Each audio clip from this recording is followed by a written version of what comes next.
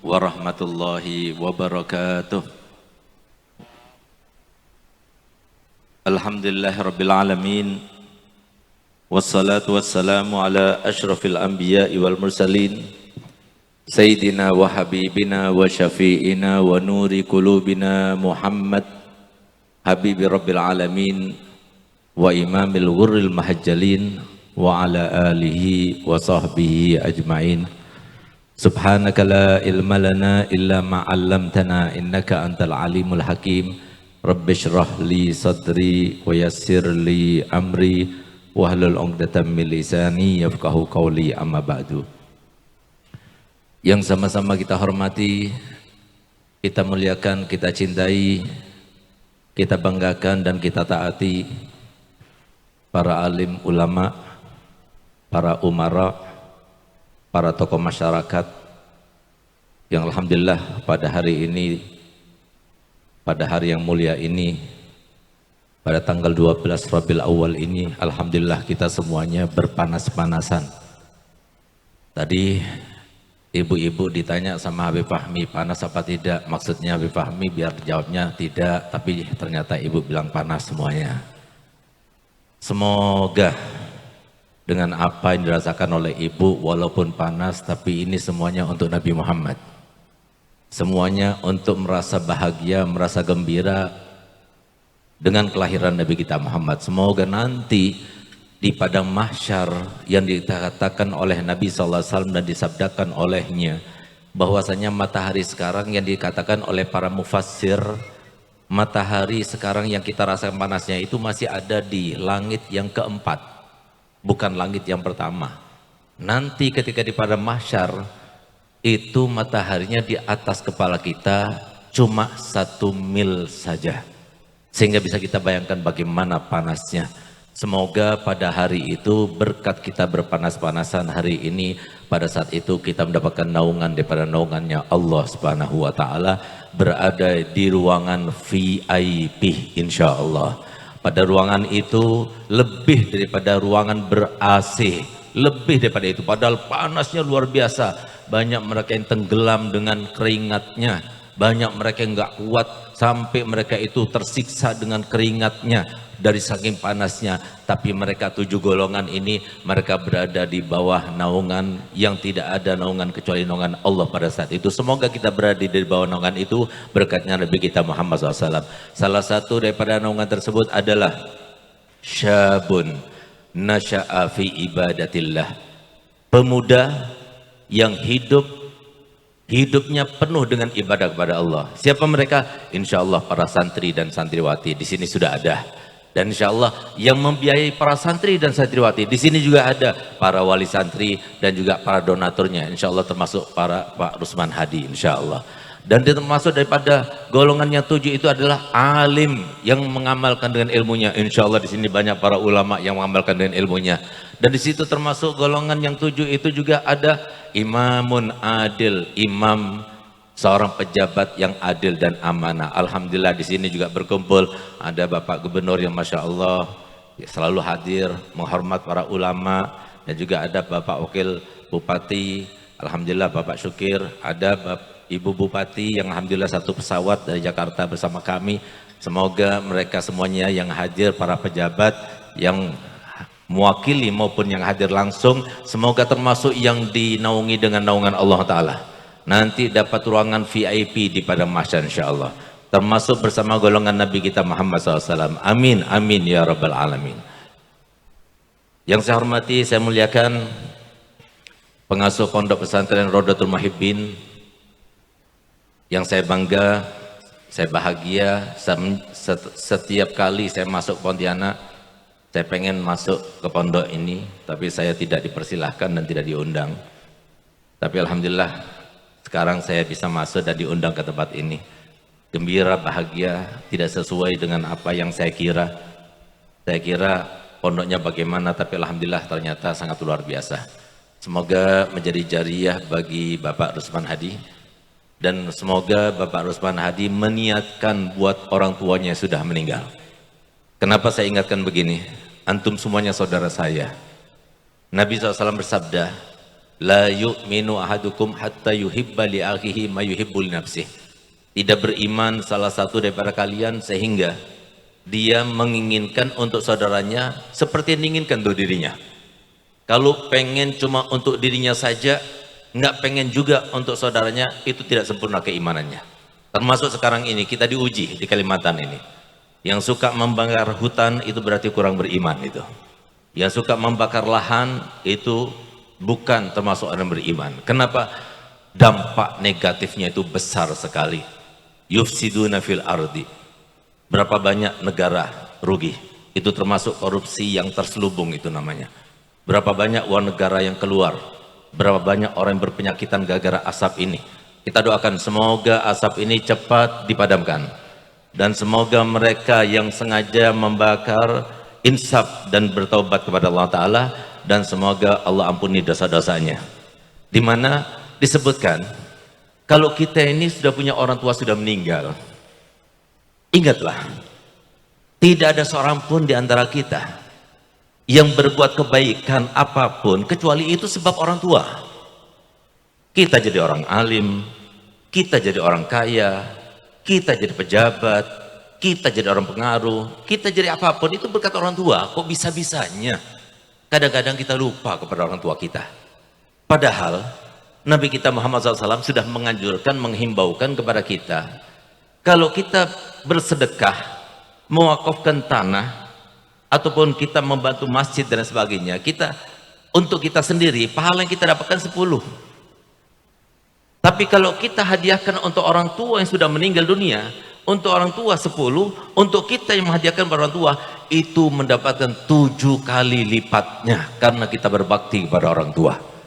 Jadi alhamdulillah, semenjak ayah saya meninggal tahun 99, lebih-lebih ketika ibu saya meninggal 2 tahun yang lalu, semoga Allah merahmati keduanya, kami tidak bersedekah, kami tidak berkhutbah, kami tidak berdakwah, kami tidak mengaji, kami tidak melakukan apapun kecuali kami hadiahkan pahalanya untuk kedua orang tua kami dan guru-guru kami, supaya berlipat-lipat. Kita ini waktunya sempit, waktunya itu terbatas. Jadi kalau kita bisa mendapatkan pahala yang banyak, kenapa kita pilih yang sedikit? Karena waktu kita terbatas, energi kita terbatas, semuanya terbatas. Oleh karenanya gunanya orang yang punya ilmu itu, dengan ilmu kita bisa meraih banyak hal ketimbang orang yang sedikit ilmu. Semoga kita termasuk yang suka mendapatkan ilmu yang banyak, dekat kepada orang yang punya ilmu, sehingga kita termasuk orang yang beruntung hidup di dunia. Amin ya rabbal alamin. Masyarul muslimin wal muslimat rahimakumullah. Alhamdulillah, patut kiranya untuk kita panjatkan puja dan puji syukur kita ke hadirat Allah Subhanahu wa taala, karena tepat pada hari ini, pada saat Nabi kita Muhammad SAW dilahirkan, malaikat di atas langit sana, di bumi dan dimanapun sibuk untuk melaksanakan perintahnya Allah, untuk menyambut kelahirannya. Banyak keajaiban-keajaiban, banyak kemuliaan-kemuliaan, banyak pula kehinaan-kehinaan dan kenistaan yang Allah berikan kepada musuh-musuhnya, terutamanya kepada iblis dan kroni-kroninya. Untuk apa? Untuk menunjukkan Allah SWT kepada mereka semuanya bagaimana kemuliaan Nabi kita Muhammad SAW. Semoga dengan kita pada saat ini yang Allah limpahkan kepada kita banyak nikmat, sehingga alhamdulillah kita hadir. Dan apa bedanya kita dengan mereka yang tidak hadir? Cuma satu, alhamdulillah kita dikehendaki Allah Ta'ala hadir di tempat ini. Sementara yang tidak hadir bukan mereka yang tidak mau hadir, tapi Allah nggak mau mereka hadir di tempat ini. Alhamdulillah kita dikehendaki Allah Ta'ala hadir. Semoga sebagaimana Allah berkehendak kita hadir semuanya di tempat ini, Allah juga berkehendak kita berkumpul bersama Nabi Muhammad. Kita termasuk yang dikehendaki Nabi Muhammad cinta kepada kita semuanya, kita dicintai oleh Nabi Muhammad, dan akhirnya nanti di padang mahsyar bersama Nabi Muhammad. Amin, amin ya rabbal alamin. Salawat serta salam tidak lupa selalu kita limpahkan, kita ucapkan, kita sampaikan keharibaan junjungan kita, tauladan kita, contoh utama kita, yang selalu mendoakan kita dan memperhatikan kita, mengajari kita dengan ucapan dan tindakannya, yaitu Nabi kita Muhammad sallallahu alaihi wasallam beserta seluruh kerabatnya, seluruh sahabatnya dan seluruh pengikutnya sampai hari kiamat. Alhamdulillah, kata-kata yang disampaikan oleh Bapak Gubernur, begitu pula Habib Fahmi tadi, bahwasanya Nabi kita Muhammad suri tauladan utama. Kita ini menjadi mulia karena Nabi kita Muhammad adalah Rasul dan Nabi yang termulia, itu banyak teriang-iang di dalam telinga kita. Banyak disampaikan oleh para ulama, para da'i, para ustadz, para mubalik. Banyak di antara kita yang mendengar sebagaimana telah disampaikan oleh Bapak Gubernur bahwasanya misi utamanya Nabi membawa kita semuanya ke ranah akhlak yang mulia. Banyak di antara mereka para mubalik juga yang menyampaikan bahwasanya Nabi kita Muhammad SAW hidupnya, diutusnya itu dengan misi dan visi, yaitu membawa kehidupan semuanya di dunia yang serba tidak enak ini, tapi dalam keadaan nyaman, dalam keadaan bahagia, dalam keadaan penuh harapan. Di saat semuanya capek, di saat semuanya bekerja, tapi mereka itu perlu harapan. Itulah misi dan visi daripada Nabi kita Muhammad SAW. Mengingatkan kepada kita bahwasanya hidup di dunia ini bukan untuk berleha-leha. Mengingatkan kepada kita bahwasanya hidup di dunia ini semuanya sama. Dalam arti, jangan pernah kita mengatakan bahwasanya enak ya jadi Bapak Gubernur. Kalau kita bertanya kepada beliau sekarang ini, pasti beliau katakan, siapa bilang jadi aku enak? Jadi siapapun sekarang ini nggak ada yang enak, semuanya serba tidak enak. Jadi orang kaya, orang lain berkata, oh enak ya jadi dia. Tapi kalau kita mendalami, kalau kita hayati, kita renungi, kita selami kehidupannya, pasti kita nggak mau jadi dia. Kenapa demikian? Karena Allah menciptakan semua manusia itu dengan konsep yang sama. Nggak ada seorang pun di antara kita yang keluar dari konsep itu. Apa itu konsepnya? Semuanya Allah ciptakan dengan kelebihan dan kekurangan. Semuanya. Para ulama banyak kelebihannya, tapi juga banyak kekurangannya. Kelebihannya para ulama luar biasa.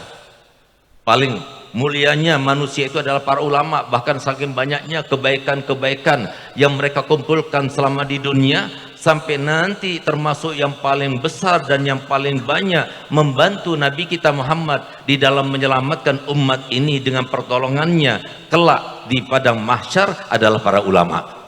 Sehingga patut kiranya untuk kita berkenalan, dikenal, dikenang, berada dalam hati para ulama, supaya nanti di padang mahsyar kita mendapatkan pertolongan para ulama. Tapi ketahuilah, walaupun mereka itu adalah orang-orang yang banyak dan paling banyak beramal soleh di dunia dengan ilmu yang mereka punya, tapi ketahuilah kalau mereka itu salah langkah, bertindak salah, maka mereka itu adalah manusia pertama yang akan diazab dalam neraka.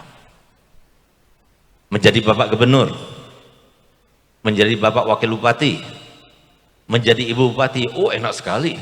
Bayangkan pahala yang akan didapatkan oleh beliau-beliau ini, sebagaimana disampaikan oleh Nabi kita Muhammad SAW, yaumun min imamin adil khairun lahu min ibadati sittina sanah. Satu hari saja daripada hari-harinya pejabat, asalkan adil dan amanah, itu sama seperti ibadah selama 60 tahun satu harinya. Kalikan 5 tahun berapa dapatnya?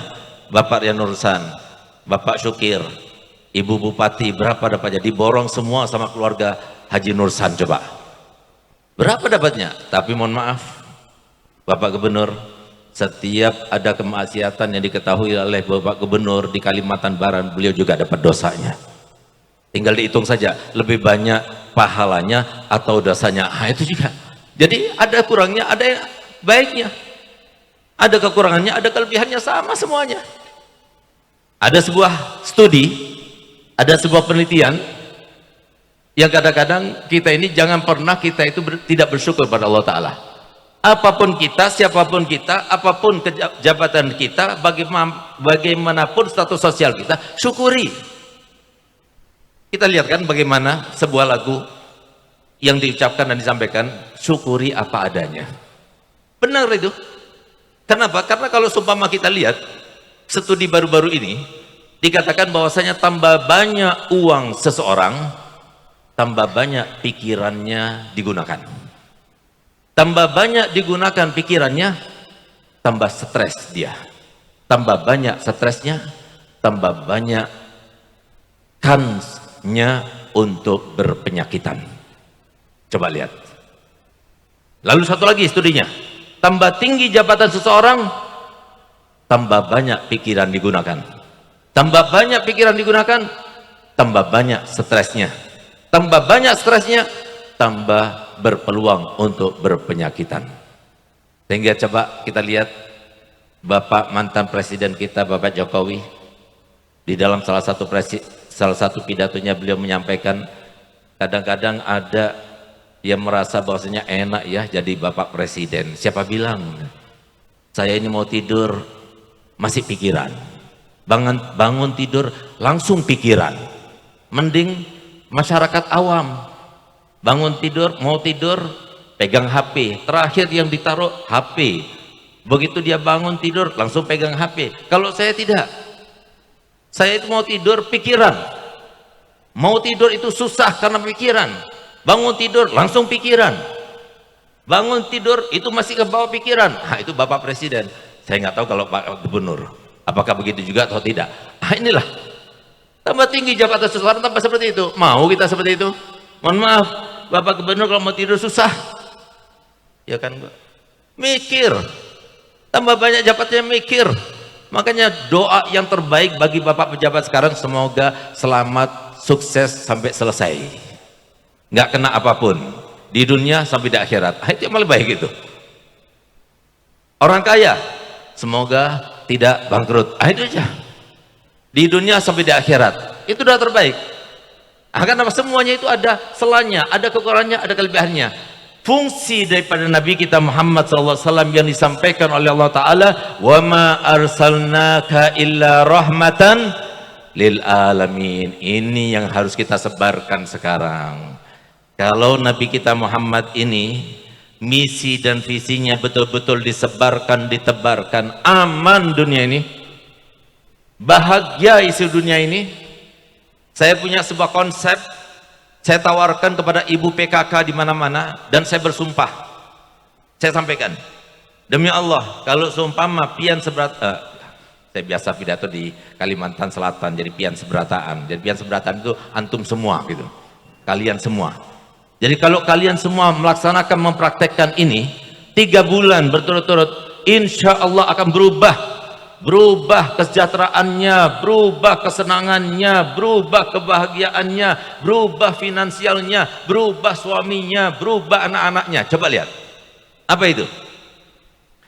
Bu, ibu mau nggak bantu perjuangannya Nabi Muhammad SAW?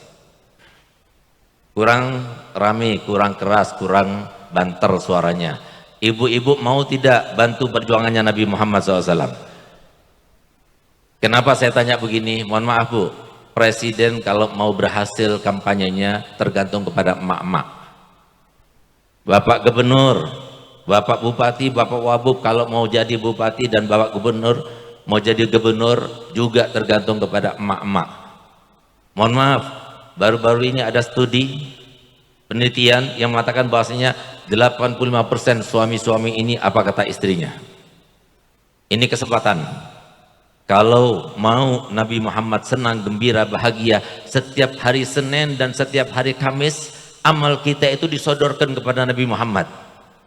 Kalau disampaikan kepada Nabi Muhammad, amal kita itu menyenangkan, gembira Nabi Muhammad, tersenyum Nabi Muhammad. Semoga kita termasuk yang bikin Nabi Muhammad tersenyum. Tapi kalau seumpama yang disampaikan itu dosa dan nista, Nabi Muhammad mengangkat tangannya dan memintakan ampun untuk kita. Apa kita tidak bersyukur sebagai umatnya Nabi Muhammad punya Nabi seperti beliau? Oleh karenanya paling tidak, ayo mau bantu apa tidak Nabi Muhammad? Saya punya konsep. Konsepnya apa? Nanti ibu-ibu pulang dari majelis ini, sampaikan kepada bapak-bapaknya, suaminya, katakan kepada mereka, bikin ultimatum. Papi, yang, Mas, Pak Pak, apa lagi? Biasanya orang Jawa Kalimantan Barat bilang apa sama suaminya? Abang, apa lagi? Baby, Kakanda, dan sebagainya. Mulai minggu ini, kalau Kakanda nggak hadir majelis taklim seminggu 2 kali, saya nggak kasih jatah 2 kali seminggu. Sampaikan ultimatum, nggak bakal dosa, saya nanggung dosanya, karena ini untuk kebaikan. Malam Jumat, malam Senin jangan kasih jatah, kecuali kalau hadir majelis taklim seminggu 2 kali. Demi Allah saya bersumpah, 3 bulan dilaksanakan, seminggu 2 kali hadir majelis taklim, kita lihat berubah. Kenapa? Karena ilmunya Nabi Muhammad itu luar biasa. Di dalam Al-Quran itu ada sebuah ayat datar sekali. Kalau melihat kepada datarnya ayat itu, sampai para ulama mengatakan ini nggak pantas ada di dalam Quran.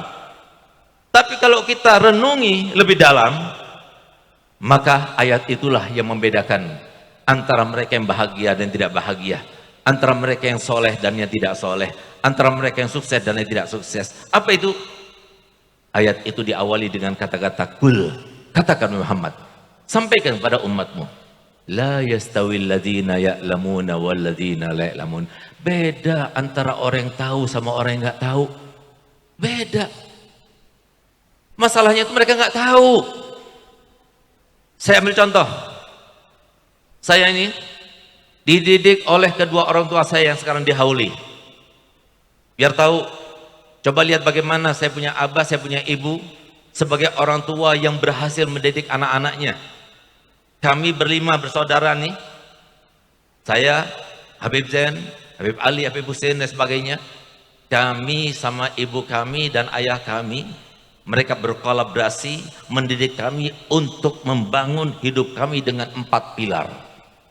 Saya masih ingat, bukan cuma sekali, 2 kali, 3 kali, 4 kali, tapi berkali-kali mereka itu membangun kehidupan kami dengan 4 hal ini. Apa itu? Yang pertama, selalu beliau pesankan, ini 4 PR ini harus kamu amati, harus kamu terapkan, harus kamu betul-betul kamu selesaikan sebelum kamu meninggal jauh, itu lebih baik. Yang pertama, jangan kamu pernah merasa lebih baik dari orang lain. Ini bukan ajaran saya punya abah, ini bukan ajaran dari saya punya ibu, tapi ini ajaran Nabi kita Muhammad SAW. Walaupun kita kaya, walaupun kita punya jabatan, walaupun kita punya ilmu banyak, walaupun kita seorang guru, walaupun kita adalah banyak pengaruhnya, banyak muridnya, nggak boleh kita merasa lebih baik dari orang lain. Itu ajaran Nabi kita Muhammad. Kenapa demikian? Waktu saya bertanya kepada saya punya abah ketika berpesan demikian, saya bertanya, Bih, walaupun dari non-Islam, walaupun, Bih, walaupun dari orang fasik, orang yang banyak dosa, apa kata saya punya abah? Walaupun dari orang yang panjang rambutnya, banyak tatonya, di tangannya itu ada botol minuman, walaupun dari orang seperti itu, kamu tidak boleh merasa lebih baik dari orang itu. Kenapa demikian? Karena Nabi Muhammad telah bersabda dalam hadisnya, fa innal a'mala kullaha bi khawatimiha. Setiap orang tidak ditentukan pada awalnya, tidak ditentukan pada pertengahannya, tidak ditentukan sekarangnya. Kalau sekarang kita meninggal, Masya Allah, kita pakai imamah, kita pakai gamis, wah tentunya kita meninggal dalam keadaan husnul khotimah, kita baik. Tapi nggak ada yang tahu bagaimana kita meninggalnya. Jangan pernah kita merendahkan para pejabat, polisi, TNI, para pengusaha dan sebagainya. Kita nggak tahu bagaimana mereka meninggal. Ini yang diajarkan Nabi Muhammad SAW. Sehingga saya mau tanya, sekarang bapak-bapak, ibu-ibu kan belajar pada saya, dan semoga dengan ibu-ibu belajar pada saya, guru-guru saya yang terus bersambung kepada Nabi Muhammad, bersanad keilmuan saya, itu juga menjadi guru-guru bapak-bapak, ibu-ibu. Sekarang ibu-ibu berarti kan murid saya, diakui apa tidak? Nah, sekarang saya mau tanya, ibu berani nggak marah sama saya? Berani nggak marahi saya? Bapak-bapak berani nggak marah sama saya? Kenapa? Karena bapak-bapak, ibu-ibu merasa saya di atasnya bapak. Ini guru saya. Kalau saya marahi, saya nanti ketulak. Saya nanti ketulak. Kena balak saya. ini Habib, ini guru saya dan sebagainya. Coba kalau seumpama istri kita anggap seperti itu. Coba kalau seumpama bawahan kita anggap seperti itu, kan aman di dunia. Nggak ada yang suka marah-marah. Tapi orang kalau sudah suka marah-marah karena dia itu anggap yang dimarah itu di bawah dia. Makanya pesannya Nabi SAW kepada sahabat-sahabatnya ketika datang kepadanya, ya Rasulullah berikan aku pesan. Datang lagi, ya Rasulullah berikan aku pesan. Apa pesannya? La taghdab, jangan marah.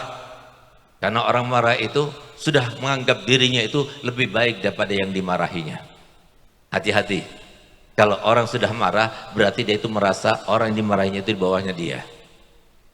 Kalau dia itu marah, setelah itu langsung bisa ketawa, berarti marahnya benar karena Allah. Tapi kalau marahnya sampai berlanjut, sampai sehari, 2 hari, sampai 3 hari, sampai tidak tegur sapa dan sebagainya, berarti marahnya karena setan dan hawa nafsu, na'udzubillah. Oleh karena itu yang pertama, ajaran saya punya abah dan saya punya ibu, yang wajib saya laksanakan, saya terapkan, itu salah satu bentuk daripada rahmatnya Nabi Muhammad kalau ada di dalam diri anak-anak dan keluarga kita. Yang kedua, pesan saya punya abah dan saya punya ibu, jangan pernah benci kepada orang lain. Kenapa? Ketika saya tanya, kenapa Bi? Orang lain jahat kepada kami, orang lain zalim kepada kami, pantas. Kalau saya marah, saya benci pada dia, dia menzalimi saya. Apa jawaban? Saya punya abah. Manusia itu, fungsinya itu ada 2. Allah menjadikan manusia di antara kita, fungsinya itu ada 2. Sesuai dengan firman-Nya Allah Ta'ala dalam Al-Quran, وَجَعَلْنَا بَعْضَكُمْ لِبَعْدٍ فِتْنَةً أَتَصْبِرُونَ. Kami ciptakan antara satu dengan yang lainnya. Siapa satu dengan yang lainnya? Orang tua dan anak, suami dan istri, kakak beradik, tetangga dengan tetangganya, seseorang dengan kerabatnya, semuanya itu Allah ciptakan, nggak ada yang saling cocok, nggak ada. Allah tidak pernah menciptakan dari zaman Nabi Adam sampai hari kiamat ada manusia yang 100% tunduk kepada orang lain, itu nggak ada. Pasti suatu waktu atau suatu saat atau banyak saat atau setiap saat akan mengecewakan, itu pasti. Apalagi sampai kita itu kemudian merasa memiliki atau mencintai, itu salah. Mencintai suami, mencintai istri, mencintai anak, mencintai orang tua, salah. Kenapa kok orang yang dijadikan Allah Ta'ala sebagai bahan ujian kok dicintai? Akhirnya Pak, kecewa terus, sakit hati kita. Karena memang Allah tidak pernah mengajarkan, tidak ada dalam Al-Quran kita diperintahkan untuk mencintai orang tua, mencintai anak, mencintai istri, nggak ada. Tapi diperintahkan Allah Ta'ala, cintai fungsinya. Fungsinya orang tua itu mendekatkan diri kita pada ridhonya Allah. Fungsinya suami itu mendekatkan kita kepada ridhonya Allah. Itu fungsinya. Tapi kalau orangnya kita cintai, akhirnya suami terlambat datang, kita resah, kita galau, kemana suami kita? Akhirnya di cloning HP-nya, habis waktu kita, habis pikiran kita hanya tertuju untuk mengawasi suami kita. Siapa dia? Sampai kita itu harus sebegitu rupa kepada dia. Dia itu beban kok malah kita cintai. Tidurnya ngorok, bisa cuma merentah-merentah. Itu suami. Kita harus cintai dia? Tidak. Tapi yang harus kita cintai adalah Allah dan Rasulnya. Tapi suami cuma kita cintai fungsinya saja. Oleh karenanya Allah Ta'ala mengingatkan kepada kita, bahkan pengingat Allah Ta'ala justru terjadi, bahkan kita dihimbaukan dan disunahkan untuk kita membacanya setiap kali kita mendapatkan musibah. Apa itu? Inna lillahi wa inna ilaihi raji'un. Kita semuanya milik Allah. Nggak boleh kita memiliki, nggak boleh kita merasa memiliki. Itu cuma titipan. Anak titipan untuk dididik. Anak itu untuk dicintai fungsinya supaya kita dekat kepada Allah dan Rasulnya. Nggak ada seorang pun di antara kita, bapak-bapak, ibu-ibu, kalau kita sakit gigi kemudian suami juga ikut merasakan sakitnya juga. Anak-anak juga merasakan sakitnya juga. Nggak ada. Mari kita bayangkan. Jangan cuma kita itu terapi kecantikan saja, ibu-ibu. Bolehlah sekali waktu kita melakukan terapi kematian. Apa itu terapi kematian? Gampang, mudah, nggak pakai bayar. Kalau ibu mau tidur, biasanya kan bantal ditaruh di bawah kepala. Sekarang nanti malam coba-coba. Bantal jangan taruh di bawah kepala, tapi taruh di atas muka kita, dibekap. Kalau bisa minta tolong sama suaminya, tapi dipesan dulu, jangan keterusan, takut mati beneran. Untuk apa? Ketika dibekap begitu, apa yang terjadi? Nggak bisa nafas kita. Tahan terus. Apa yang terjadi? Tambah, nggak bisa nafas. Sampai dada kita seakan-akan mau meledak. Di saat itu, apa yang terpikirkan dalam pikiran kita, itu yang harus kita pikirkan. Apa yang kita pikirkan? Rekening kita, tas baru kita, tas branded kita, tanah kita, sertifikat kita, atau siapa yang kita sayangi, yang kita pikirkan pada saat itu? Enggak ada lagi, tapi kita pikirkan cuma satu. Apa itu? Bagaimana caranya kita lepas daripada bekapan ini. Itulah yang akan kita pikirkan ketika sudah sakaratul maut datang kepada kita. Apa yang akan kita bawa kepada Allah? Enggak ada lagi yang mau ketika istri kita datang tatkala sakaratul maut tiba kepada suaminya, lalu kemudian kita tawarkan, hai istriku, ayo temani saya mati bersama-sama. Enggak bakal ada yang mau. Anak kita enggak bakal ada yang mau. Orang tua kita enggak bakal ada yang mau. Sendiri-sendiri. Oleh karenanya Nabi Muhammad SAW sebagai rahmatan lil alamin sudah menganjurkan, mengajarkan kepada kita. Cuma kita enggak mau belajar pada ulama, enggak mau dekat pada ulama, sampai kita sebegitu lupanya bahwasanya harta benda ini. Beruntung seperti Bapak Rusman Hadi, Masya Allah, di mana-mana ada pondoknya, di mana-mana ada masjidnya. Beliau bekerja sekian tahun, tapi alhamdulillah ada hasilnya, ada investasi akhirnya. Semoga diterima, semoga tidak diingat-ingat. Yang penting adalah setiap kali kita beramal harus dijaga. Sampai kapan kita menjaganya? Sampai kita meninggal. Bagaimana kita menjaganya? Jangan sampai ujub, jangan sampai riya. Sekali kita ujub, langsung habis pahalanya. Sekali kita riya, habis langsung pahalanya. Sekian miliar tanah, sekian miliar bangunan, tapi kalau kita ujub, wah alhamdulillah saya sudah bangun pondok, saya sudah bangun masjid. Sekali timbul di dalam hati, nggak diucapkan, dalam hati saja seperti itu, gugur, sudah habis pahalanya. Sekali kita ucapkan, kita sampaikan, kamu nggak tahu saya ini punya pondok sekian, saya bangun masjid sekian, habis sudah pahalanya. Rugi dia. Lebih baik kita jalan-jalan keliling dunia daripada riya nggak dapat apa-apa. Oleh karenanya, kalau di Daluah, di pondok kami, setiap kali ada yang mau bantu, ngasih bantuan kepada kami uji dulu. Karena mohon maaf, kami tidak mau nanti setelah kita bikin pondoknya, jadi pondoknya kemudian dia intervensi nanti kemudian hari. Karena mohon maaf, pondok pesantren ini bukan milik, tapi ini wakaf, yayasan.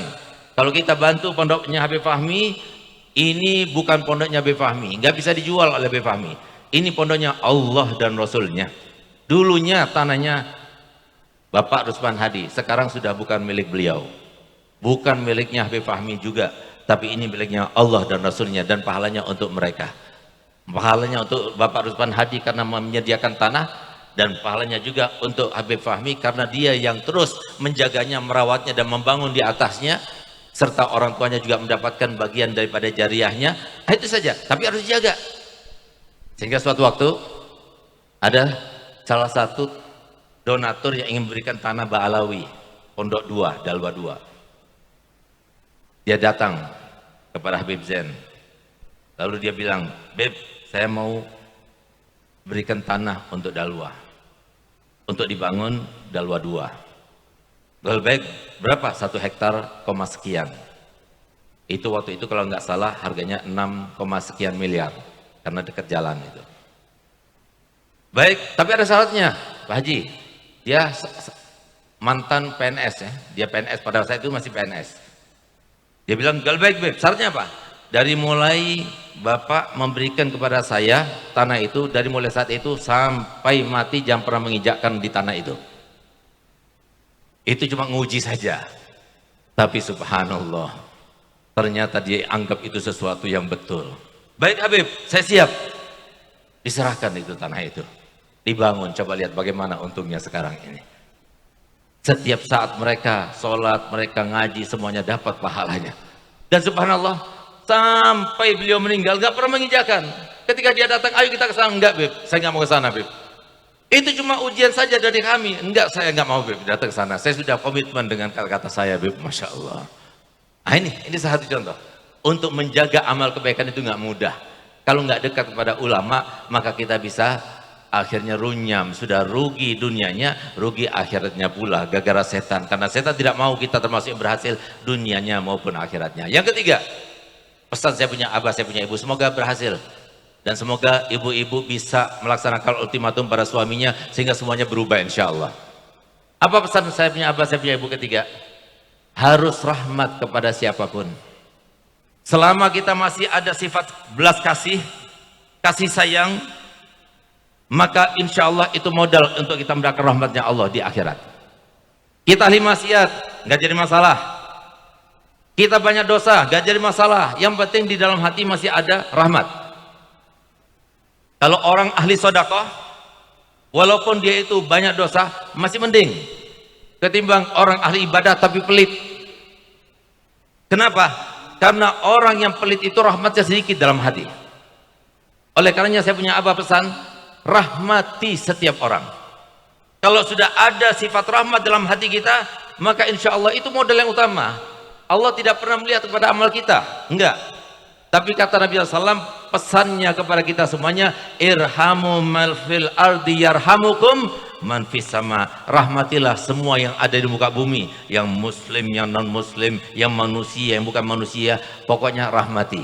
Walaupun kita tidak bisa bantu, asalkan ada sifat rahmat dalam hati kita. Ada orang tua yang bekerja, dia kasihan, ya Allah, sudah tua tapi masih bekerja, dia bantu, ada sifat rahmat dalam hati, itu untung. Insya Allah nanti di akhirat akan mendapatkan rahmat Allah Ta'ala. Tapi kalau sudah tidak ada rahmat, apalagi kepada keluarga tidak ada rahmat, main tangan, KDRT kepada keluarga, yang semacam itu, na'udzubillah, itu sulit untuk mendapatkan rahmat Allah. Dan yang terakhir, ini yang paling sulit. Apa itu?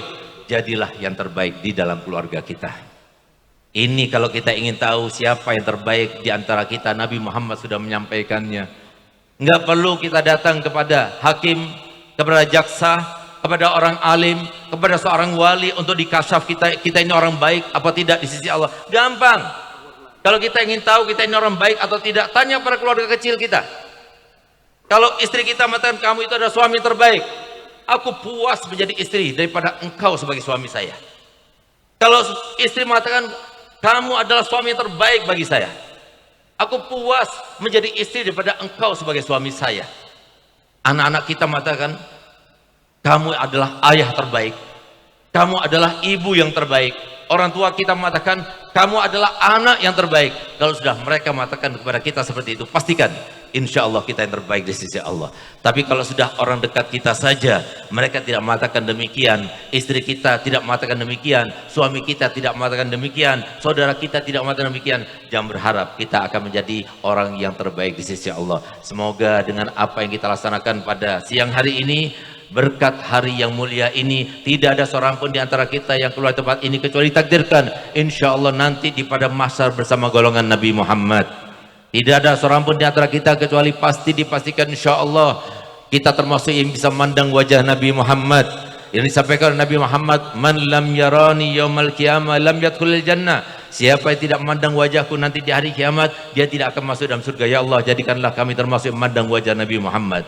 Ya Allah, kami semuanya meninggalkan rumah kami yang enak, yang elok, yang tentram, yang semua ada makanan, di situ ada AC, tempat yang dingin. Kami tinggalkan itu semuanya ya Allah, ke tempat yang seperti ini ya Allah. Semuanya pegang kipas karena kepanasan ya Allah, tapi kami tinggalkan itu semuanya karena kami ingin turut bergembira dan berbahagia untuk kekasih Muhammad SAW. Ya Allah, jadikanlah apa yang kami laksanakan dan lakukan pada siang hari ini, dari mulai pagi sampai sekarang ini ya Allah, jadikan sebab kami mendapatkan rahmat-Mu ya Allah, mendapatkan kasih sayang kekasih Muhammad SAW ya Allah. Jadikanlah kami menjadi sebab kami mendapatkan syafaat kekasih Muhammad SAW ya Allah. Ya Allah, jadikanlah kami, apa yang telah kami lakukan pada hari ini menjadi sebab tidak seorang pun di antara kami meninggalkan tempat ini kecuali semua dosanya diampunkan, hajatnya dikabulkan, hajatul dunya bil maisarah wa hajatul akhirah bil maghfirah. Tidak ada seorang pun di antara kita yang belum pernah melaksanakan ziarah langsung pada Nabi Muhammad, semoga ditakdirkan secepatnya.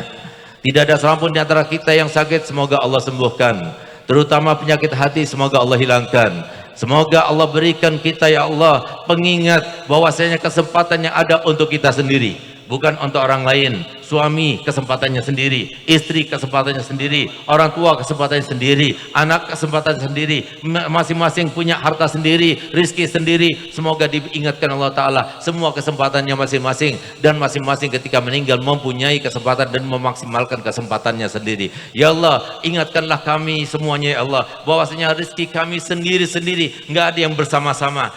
Orang tua rizkinya sendiri, anak-anak juga rizkinya sendiri. Anak-anak orang tua ketika meninggal, bukan warisan itu berarti warisan pemberian orang tua kepada anaknya, tidak, sebagaimana Nabi Muhammad menjelaskan, tapi itu adalah pemberian Allah untuk anak-anaknya, bukan pemberian orang tua untuk anak-anaknya. Akan tapi perpindahan daripada kesempatan yang sudah diberikan pada orang tua oleh Allah, kemudian dicabutnya dan diberikan kesempatan kepada anak dan ahli warisnya. Ya Allah, jadikanlah kami termasuk yang betul-betul tahu bahwasanya itu kesempatan bagi kami semuanya, bukan kesempatan bagi orang lain. Ya Allah, jadikanlah kami termasuk ingat untuk memaksimalkannya. Ya Allah, ya Allah, yang ada di antara kami ya Allah yang belum mendapatkan kebahagiaan di dunia, bahwasanya di dunia ini sama saja, semuanya bekerja, semuanya susah, tapi jadikanlah kami penuh dengan harapan untuk berjumpa dengan Nabi Muhammad, harapan untuk masuk ke dalam surga, harapan untuk mendapatkan pahala. Jadikanlah itu semuanya menjadikan kami untuk sabar hidup di dunia, sabar untuk menahan sakit, sabar untuk menahan ucapan-ucapan orang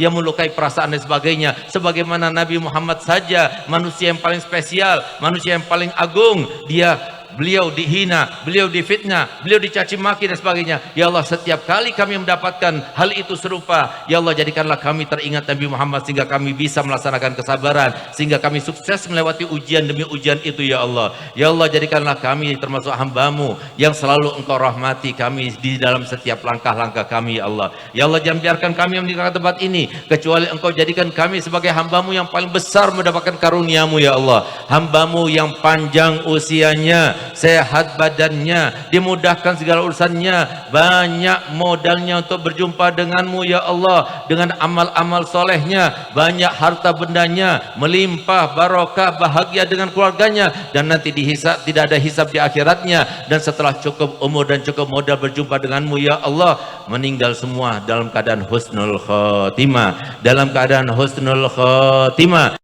Dan husnul khatimah sebagai syarat utama, kunci utama untuk kami memandang wajah Nabi Muhammad, sebagai syarat utama, kunci utama. Walaupun keluarga tidak mengingat kami, anak-anak tidak menziarahi kami, tapi kalau asalkan kami meninggal dalam keadaan husnul khatimah, kami tenang di dalam kubur kami. Ya Allah, meninggalkan kami semuanya setelah umur panjang dan cukup modal berjumpa denganmu dalam keadaan husnul khatimah. Rabbana atina fid dunya hasanah wa fil akhirati hasanah wa qina azabannar. Wa sallallahu ala sayyidina Muhammadin wa ala alihi wasallam. Walhamdulillahirabbil alamin. Kurang lebihnya saya mohon maaf. Wabillahi taufiq hidayah. Assalamualaikum warahmatullahi wabarakatuh.